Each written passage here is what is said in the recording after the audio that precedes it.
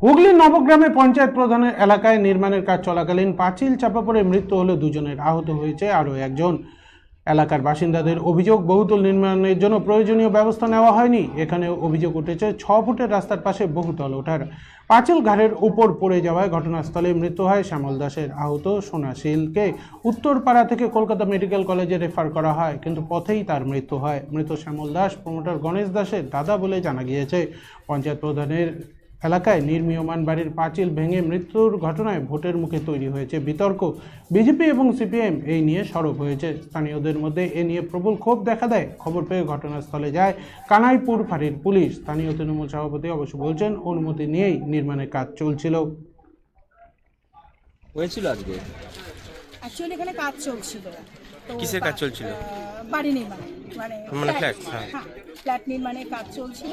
তো সেই সময় আমরা বাড়ির ভিতরেই ছিলাম। হঠাৎ করে প্রচণ্ড জোর চিৎকার চেঁচামেচি, এবং সেটা অনেক লোকের চেঁচামেচি। তো সাথে সাথে বেরিয়ে এসেছি। বেরিয়ে আসার পর যেটা বুঝতে পারলাম যে এই পাঁচিলটা ভেঙে, এবং পাঁচিলটা বহুদিনের পুরনো পাঁচিল ছিল, এবং এটার গায়ে ওই পাথর বালি সমস্ত ডাম্প করে রাখা হয়েছিল, যেটার একটা মানে ভীষণ চাপ পড়ছিল পাঁচিলটার গায়ে। তো আজকে ওনারা কাজ করছিলেন, এবং এক তো 3 মানুষ সমান একটা গর্ত, লম্বা গর্ত করেছেন, কিন্তু তার গায়ে আবার পাঁচিলের গায়ে এগুলো ডাম্প করে রেখেছেন। অটোমেটিক ওটার গায়ে একটা প্রেশার পড়ছে। তো আজকে যখন মানুষজন এখানে কাজ করতে নেমেছেন, হঠাৎ করে সেই পাঁচিলটা ভেঙে তাদের গায়ে পড়ে। কজন কাজ করছিল? অনেকজনই কাজ করছিলেন, তাদের মধ্যে বাকিরা উঠে গেছিলেন। একজনের বোধহয় পায়ে লেগেছে, আর আরেকজন আপনার ওই একদমই মানে ওর গায়ের ওপর পাঁচিলটা পড়া পাঁচিল ভেঙে পড়ে রয়েছে। আশেপাশের লোক বলছে যে একজন চাপা পড়ে ঘাড় ভেঙে স্পট ডেথ করে গেছে, আর 2 জন আহত হসপিটালাইজ আছে।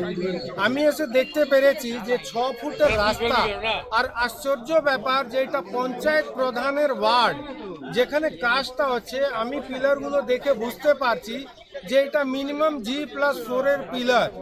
আমি পঞ্চায়েত প্রধানকে আর পঞ্চায়েতকে এটা জিজ্ঞেস করতে চাইছি যে 6 ফুটের যে রাস্তা, যেখানে G+2 এর পারমিশন পাওয়া যাবে না, এখানে G+4 এর কাজ কি করে হচ্ছে?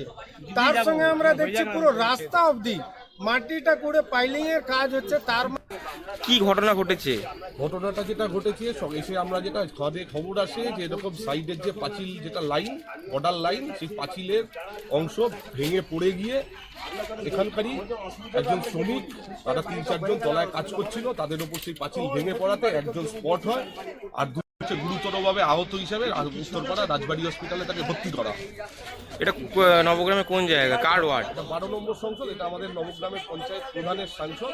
আমরা দীর্ঘদিন ধরে বোর্ড মিটিংয়ে আমরা কিন্তু শুনেছি, আগস্ট মাস থেকে আমরা বোর্ডে হ্যাঁ নেবো জানি।